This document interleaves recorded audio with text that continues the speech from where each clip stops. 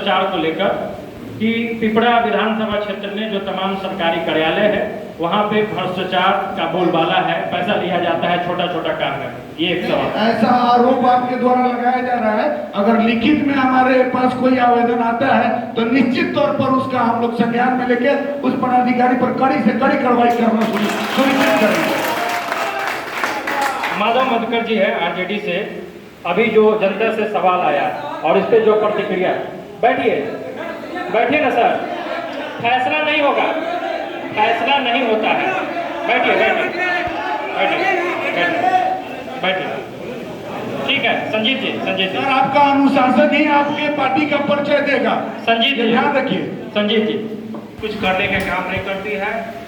सिर्फ आज बिहार में चाहे किसी भी ब्लॉक हो या कोई भी कार्यालय हो, बिना घुसखोरी के काम नहीं चलता है। अफसर इतने बेलगाम है कि इनके मंत्री और विधायक भी किसी को इतनी ताकत नहीं है। सर आरोप लगा रहे हैं संजीत जी, उनको बोलने दीजिए, उनको बोलने दीजिए, आप नोट कर लीजिए, आप नोट कर लीजिए। अगर निश्चित तो बताइए। संजीत जी सबको मौका मिलेगा, उनको बोलने दीजिए, आप नोट करके रखिए। इसका उदाहरण हमारे सामने है। एक आदमी गणेश ठाकुर नाम के कार्यकर्ता बीजेपी के थे, वे उस समय संजय जी दरोगा थे और प्रोफेसर कॉलोनी में उनका आवास था। संजोग से हम लोग बैठे हुए थे तो इनके वर्कर गए कहने कि सर थोड़ा सा देख लिया जाए, उसमें विधायक उस पे प्रतिनिधियों का जवाब भी आया है। आपका क्या विचार है इस पर? सबसे पहले मैं आपके अखबार के माध्यम से यहाँ विभिन्न दल के बैठे हुए हमारे साथीगण और सामने बैठे हुए पिपरा विधानसभा के कर्णधार युवा साथियों का हार्दिक अभिनंदन वंदन करना चाहता हूँ। और एक चीज़ मैं आग्रह करना चाहता हूँ मेरे साथी से कि एक साथी का बात खत्म हो जाए उसको आप नोट करके तब उसको बात में बोले। सवाल पे आइए, सवाल पे सर। खासकर साथियों से मैं निवेदन करना चाहता हूँ कि इसमें कोई बहुत बड़ा लड़ाई झगड़ा नहीं है। आप लोग इसका आनंद लीजिए और आनंद लेकर जो सवाल आपका है वो बेहतर पूछिए। जब सवाल समाप्त हो जाए तब आप सोचें। ये निवेदन है आप लोग। हमारे साथी ने जो जवाब दिया भ्रष्टाचार पर, मैं बीजेपी के प्रवक्ता हैं, मेरे साथी हैं, मैं इनके जवाब से मैं संतुष्ट नहीं हूँ। जब मेरे जैसे व्यक्ति से प्रखंड कार्यालय में घूस मांगा जा सकता है, आपको राष्ट्रीय ऑफिस है, हमारे साथी संजय जी एक पंचायती करने वाले, एक साधारण कर्मचारी से जब मेरा विवाद हुआ तो संजय जी पंचायती किए, बाद में बेचारे काम किए और सॉरी बोला। तो भ्रष्टाचार चरम सीमा पे है। इस और प्रखंड की बात आई है, हमारे साथी ने बोला है कि जमीन चिन्हित किया जा रहा है। पिपरा प्रखंड के दर्जा देने के लिए मेरे साथ मैं आदरणीय सुशील मोदी जी के मंच पर पिपरा में था, चुनावी सभा था, उस मंच पर उन्होंने बोला था कि मेरी सरकार बनेगी तो मैं पहला काम पिपरा को प्रखंड बनाऊंगा। तो आज तक 2010 से आज तक नहीं बना है। ये खेद और निंदनीय बात है। और सवाल है जमीन के बाद, तो जमीन का कोई मुद्दा ही नहीं है। वहाँ ऑलरेडी भवन बन के तैयार है। मैंने तत्काल कार्यक्रम चलाने के लिए वो चौक पर भवन बना हुआ है, उसमें प्रखंड खोला जा सकता है, प्रखंड को चलाया जा सकता है। ये मेरी बात। और भ्रष्टाचार का तो कुछ कहना ही नहीं। आंगनबाड़ी हो, वहाँ से 2500 से 3000 लिए जा रहे हैं। इंदिरा आवास है, उसमें 25 से 3000 रुपये लिए जा रहे हैं। आपको राष्ट्रीय ऑफिस में जाइए, बिना 3000 रुपये दिए हुए, 5000 रुपये दिए हुए आपका रसीद नहीं कटेगा।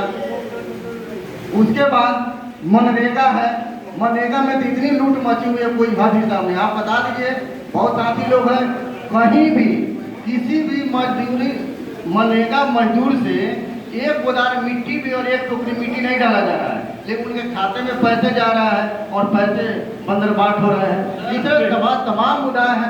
और स्वास्थ्य की बात है। ठीक है, आएंगे उस पर आएंगे। अब संजीव जी, आप दोनों पार्टियों के प्रतिनिधियों को सुने हैं, आप अपना वक्तव्य रख सकते हैं। जमीन नहीं है पिपरा में, ऐसा कुछ हुआ है? पिपरा नहीं, पूरे जिला का रिपोर्ट मेरे पास है। जिला नहीं, पिपरा विधानसभा में बात हो रही है जी।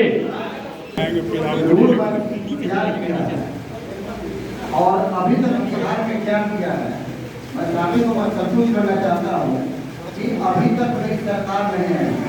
और एक और चीज मैं बता रहा हूँ, आज बिहार सरकार को 7 और मैं जो पिछला विधानसभा या अन्य बिहार में जो दिखाई दे रहा है वो 7 निश्चय योजना जो है हमारे माननीय नेता आरसीपी सिंह जी का और प्रधान किशोर जी का रोड मैप बनाया हुआ है 2015 में, इस पर आज बिहार सरकार चल रही है।